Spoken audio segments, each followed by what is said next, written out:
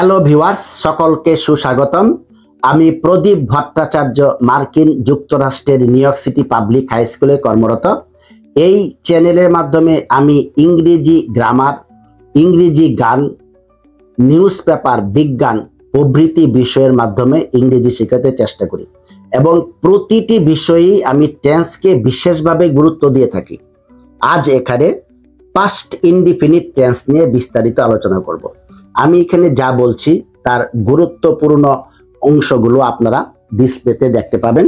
খুব মনোযোগ দিয়ে ভিডিওটি শেষ অবধি দেখার অনুরোধ জানাচ্ছি। ইতোমধ্যে আমি প্রেজেন্ট টেন্সের 4টা ভাগ নিয়ে আলোচনা করেছি। যারা ভিডিওগুলো দেখেননি তারা অনুগ্রহপূর্বক দেখে নেবেন।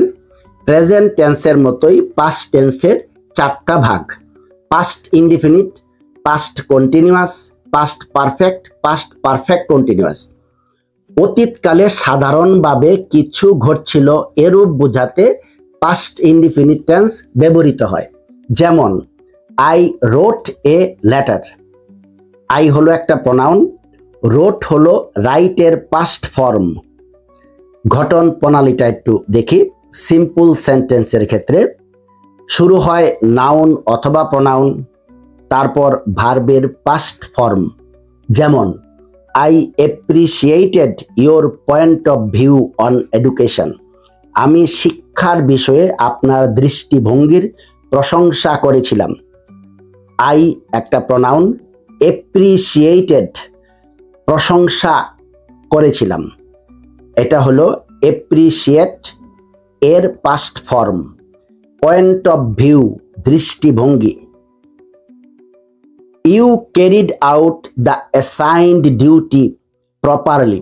তুমি অর্পিত দায়িত্ব যথাযথভাবে পালন করেছিলে।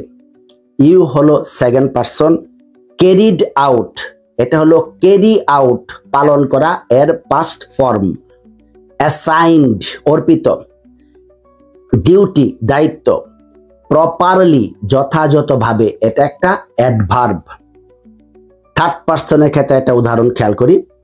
Bangladesh got liberated in 1971 through a sanguinary war. Bangladesh এক রক্তক্ষয়ী যুদ্ধের মাধ্যমে 1971 সালে স্বাধীন হয়। বাংলাদেশ একটা থার্ড পার্সন সিঙ্গুলার নাম্বার। গাট হলো গেটের পাস্ট ফর্ম। লিবারেটেড স্বাধীন, থ্রু মাধ্যমে, স্যাঙ্গুইনারি রক্তক্ষয়ী, ওয়ার যুদ্ধ। আমরা কিছু সুন্দর সুন্দর ভোকাবুলারির সাথেও পরিচিত হচ্ছি। ইন্টারোগেটিভ সেন্টেন্সের গঠন প্রণালী, যাকে বলে প্রশ্নবোধক বাক্য, শুরু হয় ডিড দ্বারা, তারপর নাউন অথবা প্রনাউন, শেষে ভার্বের প্রেজেন্ট ফর্ম। কিছু উদাহরণ খেয়াল করি। Did I pronounce your name correctly? আমি কি আপনার নাম সঠিকভাবে উচ্চারণ করেছি? ডিড হলো ডু এর পাস্ট ফর্ম। প্রনাউন্স উচ্চারণ করা, কারেক্টলি যথাযথভাবে, সঠিকভাবে, এটা হলো একটা অ্যাডভার্ব। সেকেন্ড পার্সনের ক্ষেত্রে একটা উদাহরণ দেখি। Did you notice what happened yesterday? তুমি কি লক্ষ্য করেছো গতকাল কি ঘটেছে? ইউ একটা সেকেন্ড পার্সন, নোটিস অর্থ লক্ষ্য করা। এখানে আমরা প্রেজেন্ট ফর্ম ব্যবহার করলাম কারণ শুরুতে আমরা ডিড দিয়ে শুরু করেছি, যা একটা পাস্ট ফর্ম। হ্যাপেন্ড ঘটেছিল, ইয়েস্টারডে গতকাল। থার্ড পার্সনের ক্ষেত্রে একটা উদাহরণ দেখি। Did he reach there on time? He হলো একটা third person singular number. Reach পৌঁছানো, এটা একটা প্রেজেন্ট ফর্ম কারণ আমরা সেন্টেন্সটা শুরু করেছি ডিড দ্বারা, যা একটা পাস্ট ফর্ম। অন টাইম সময় মতো। এখন আমরা নেগেটিভ সেন্টেন্সের গঠন প্রণালীটা একটু খেয়াল করি। শুরু হয় নাউন অথবা প্রনাউন, তারপর ডিড নট, শেষে ভার্ব।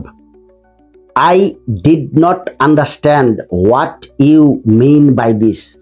আমি বুঝতে পারিনি আপনি এটা দ্বারা কি বুঝাতে চান। ডিড নট, ডিড হলো একটা পাস্ট ফর্ম ডু এর। আন্ডারস্ট্যান্ড বুঝতে পারা, মিন বোঝা, জানা, বাই দিস এর দ্বারা। সেকেন্ড পার্সনের ক্ষেত্রে উদাহরণ দেখি, you did not take adequate action to curb regarding the violence in the neighbourhood. আপনি পাড়ার সহিংসতা রোধের ব্যাপারে পর্যাপ্ত ব্যবস্থা নেননি। টেক মানে নেয়া, যা একটা প্রেজেন্ট ফর্ম। আমরা এখানে প্রেজেন্ট ফর্ম ব্যবহার করলাম কারণ ডিড অলরেডি পাস্ট ফর্ম, যা দ্বারা শুরু হয়েছে। You did not. এডিকুয়েট অর্থ পর্যাপ্ত, কার্ভ দমন করা, রিগার্ডিং ব্যাপারে বিষয়ে, ভায়োলেন্স সহিংসতা, নেইবারহুড মহল্লা পাড়া। এই হলো পাস্ট ইনডিফিনিট টেন্সের বিস্তারিত ব্যাখ্যা। খুব মনোযোগ দিয়ে ভিডিওগুলো আপনারা যদি খেয়াল করেন, আপনারা আশা করি ইংরেজিতে দক্ষতা অর্জন করতে পারবেন।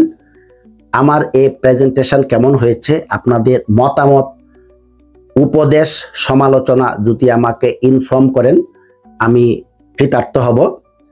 এবং এই ভিডিওটা যদি ভালো লাগে, বিনীত অনুরোধ করব সাবস্ক্রাইব করার জন্য, এবং আপনারা যদি বেল বাটনটা প্রেস করে দেন তাহলে এই জাতীয় লেসন সর্বপ্রথম আপনার কাছে পৌঁছে যাবে। এই ভিডিওতে সময় দেওয়ার জন্য অসংখ্য অসংখ্য ধন্যবাদ। ভালো থাকুন, আবার দেখা হবে অন্য কোনো বিষয় নিয়ে। প্রদীপ ভট্টাচার্য, মার্কিন যুক্তরাষ্ট্র, নিউ ইয়র্ক।